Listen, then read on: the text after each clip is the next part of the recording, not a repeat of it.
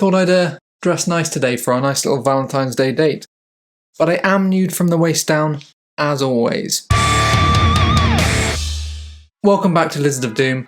I am Max. Now today I have something very exciting for you. I have another Creator Clash Kitbash. This is the Valentine's Day special. We have a returning guest and we have 3 new guests. And of course our community entries as well. Now a little while ago I sent out this message.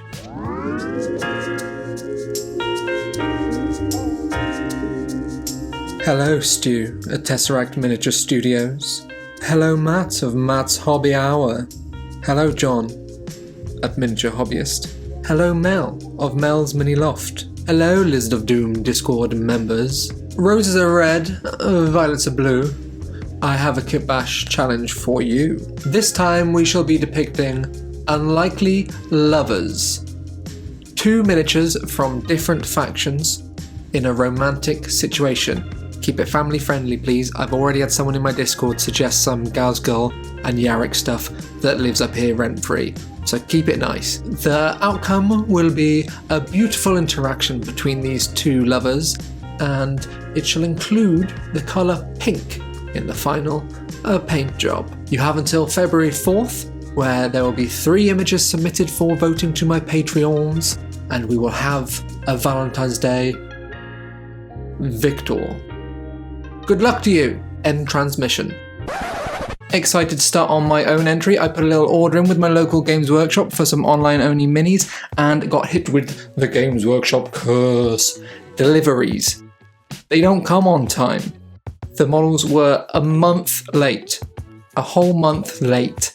So this essentially turned into a 24-hour challenge for me in amongst all the other stuff I do for videos and my life. So everything you're going to see built and paint by me now is in a day. I'm quite happy with what I did in 1 day. Let's get into it, but first give my like a little Valentine's Day tickle, how romantic, and subscribe if you are new here. I would love to have you with me for the rest of eternity. You're mine now. My 2 lovers were to be this Dark Oath chieftain, and I was hoping he would fall madly in love with this Auric Flamekeeper. See, the plan for these 2 were to make their eye lines meet because this miniature is looking kind of down and smiling, whereas this one is looking up and presenting this thingy in his hand. So I was hoping to make it look like an exchange of Valentine's Day gifts and make it look like they were staring lovingly into each other's eyes. I started with the Flamekeeper, simply bashing off this little bit here and carving it out, giving him room to hold something else. I was planning on making him a Valentine's Day card to hand over to his larger lover. This worked surprisingly well and it was easy to get rid of that, and I made him do a little thumbs up in the process. Yeah buddy! Then I laser cut a little bit of paper to have a heart on one side, and on the other side it was a little bit harder to see, but there's like kind of an envelope mark where there's a flap going down. And yeah, this would be his little Valentine's Day card. So I glued it in and messed around with it till I found a position that I liked.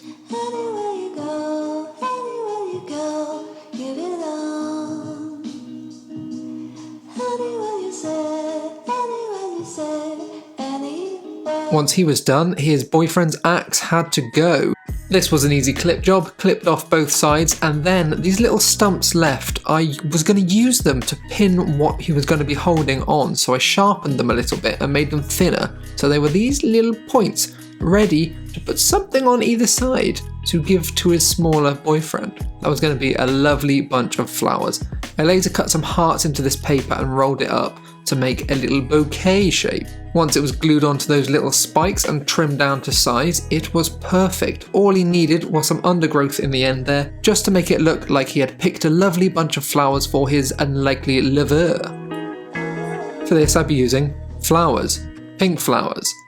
I would be painting over these however, so I glued them in now. That little one stuck to the front there chose itself.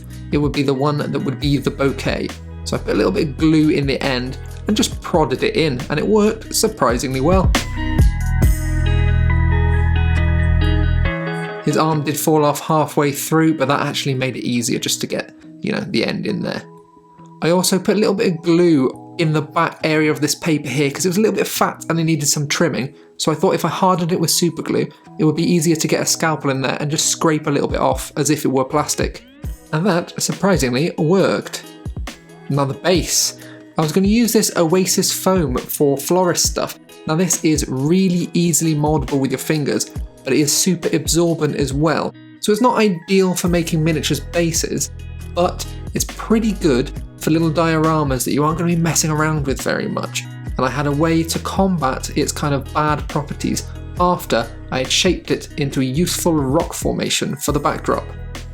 This is super easy to work with, and it is easier than using the normal foam that you see people use, the XPS foam.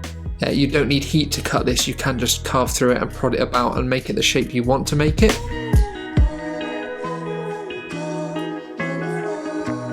I would also carve mine and Lydia's initials into the rock as a little Valentine's Day treat for me and my love, but it didn't go right the first time, so I just went with an M and an L in the background there. Just a lovely little Easter egg for us. The way I turned this quite soft foam into some lovely hard rocks was to paint it with UV resin and stick it in my curing station, and it is nice and solid. Inside is still pliable and moldable, but the outside is a solid shell for painting.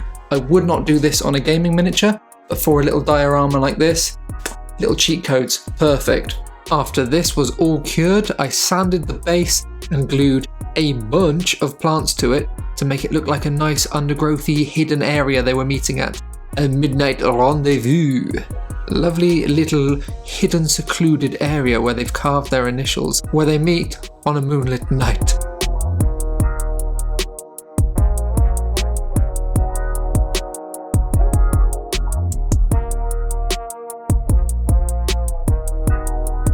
Now we've got it all made, it was time to get on with the painting. Now, the way I was going to do this a little bit quicker was how I did my Commissar Zombie Kitbash for that challenge, in a little bit of a cheaty way. I was only going to paint this with OSL like I did my Commissar, and that worked quite well, and I wanted to see how it would work with fluorescent paints, because I used some, normal reds and blues and built up through the layers there.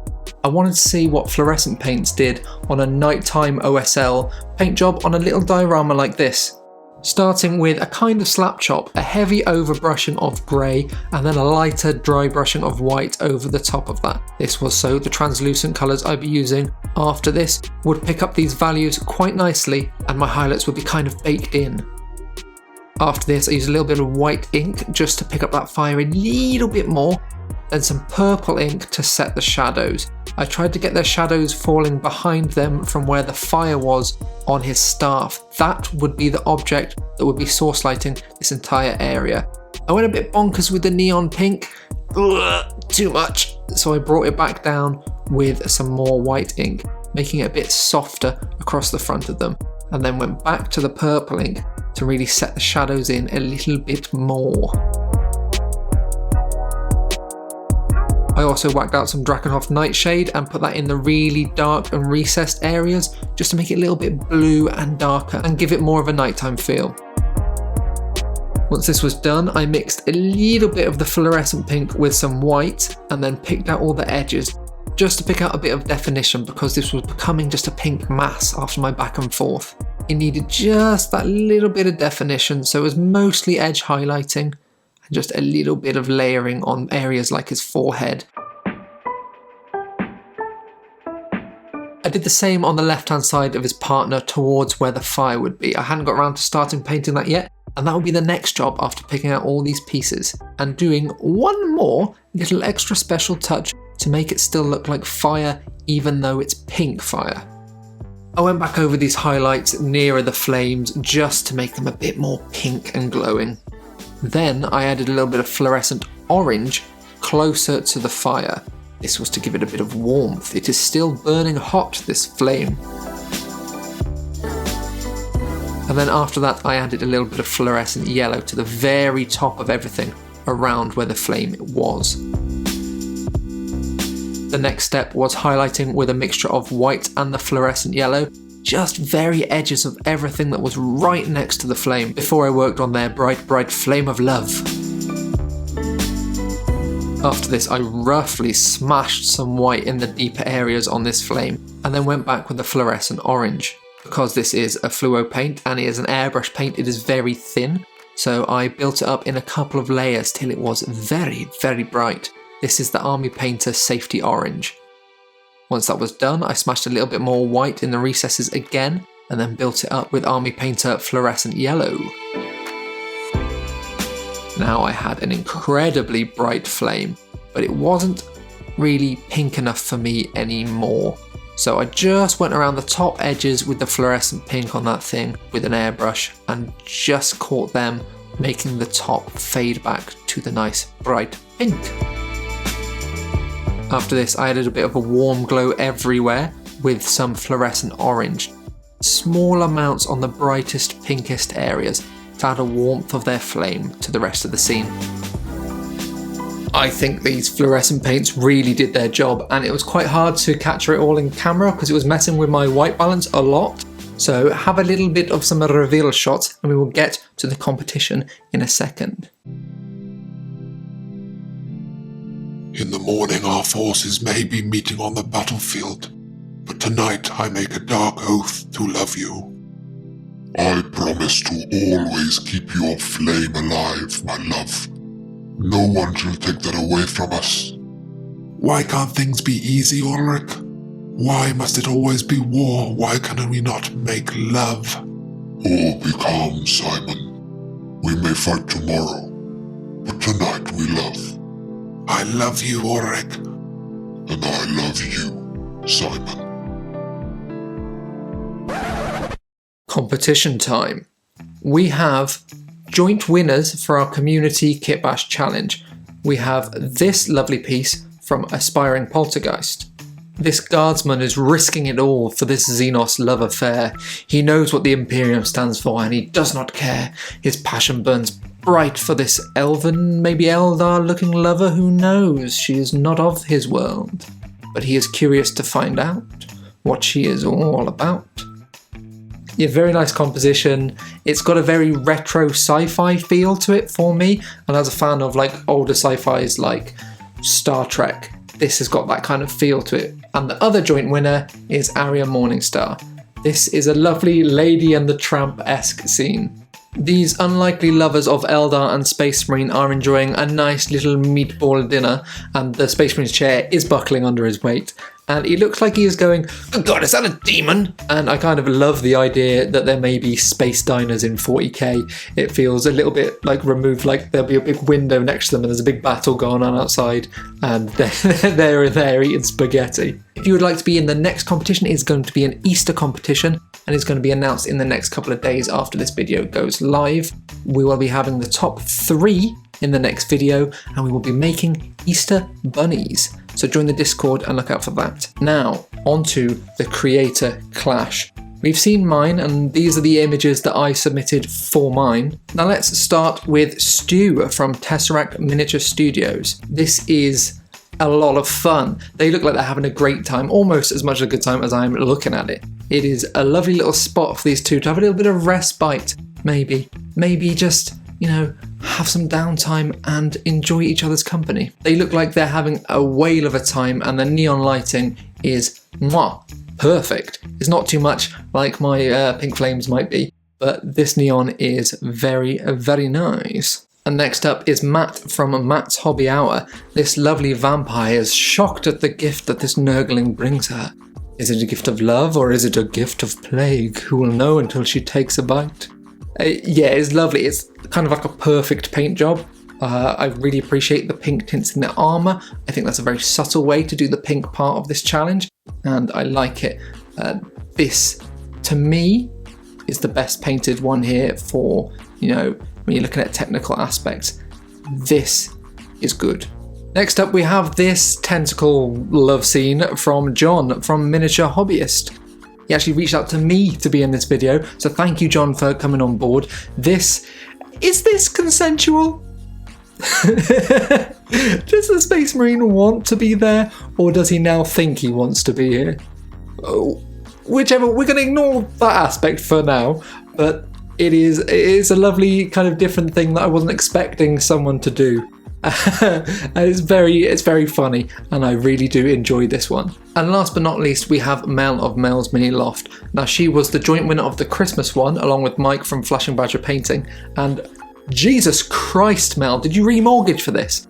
Like, I thought I paid bad with doing 2 of the character tags for this, but you got a Void Dragon in there. That's my initial instinct when looking at this. The nice little subtle touch is that the tech priest is actually giving a heart to the Void Dragon, like a physical, literal heart. So it keeps a kind of the grim, dark aspect, but brings Valentine's Day in. It's a lovely piece. 2 very technically minded creatures. Maybe though the tech priest does just want the Void Dragon for experiments. We'll see. So before I move on to the results, everyone's work you've seen here is available at links down in the description. They're linking people here, so this is kind of a 2-way street. Hello, if you're new here, remember to subscribe, and if you're part of my regular audience, definitely go and check out their work down below. Now, we only have 1st, 2nd and 3rd places because we have more ties in this kit bash. In the Christmas kit bash, we had a couple of ties. In this one, we have again 2 people tying for the top spot. One, again, is Mel of Mel's Mini Loft. I'm gonna have to do one without you, Mel, because you've won 2 in a row now. So take a break. That is, of course, the Necron and Mechanicus Unlikely Lovers. Fantastic work. And her equal in the number 1 spot is Stu at Tesseract Miniature Studios for his lovely little Space Marine and Orc date on the swing set. Very nice, a beautiful little diorama, and, you know, deserving of the number 1 spot alongside Mel. Now, for the number 2 spot, number 2. The number 2 spot, we also have a tie, and that is Matt of Matt's Hobby Hour with the lovely vampire. I think this is my winner because I really like the paint job on it. And the Nurgling. Lovely little simple diorama and perfectly pulled off. And also coming second, like always, ladies, is me. So I'm happy with second. I was second last time. Maybe I am cursed for the silver medal forever, but we shall see in the next one. And then finally in the 3rd spot is John from Miniature Hobbyists. Now he is actually going to come back in the next one, so let's see if he can redeem himself and claim the top spot next time. Thank you to everyone who took part in this, all of the creators. Like I said, go and check out their stuff below. That is the best way to help support me and this network I'm creating. I'm making these Kit Bash challenge videos so that we can all kind of grow as a community and all share each other's viewerships, and I think it is a lovely way to connect us all. So leave a comment for the algorithm gods and a like for the like throne. Remember, it is not a pile of shame, it is a pile of future fun. Tell your mum I'll pick her up at 7. Peace.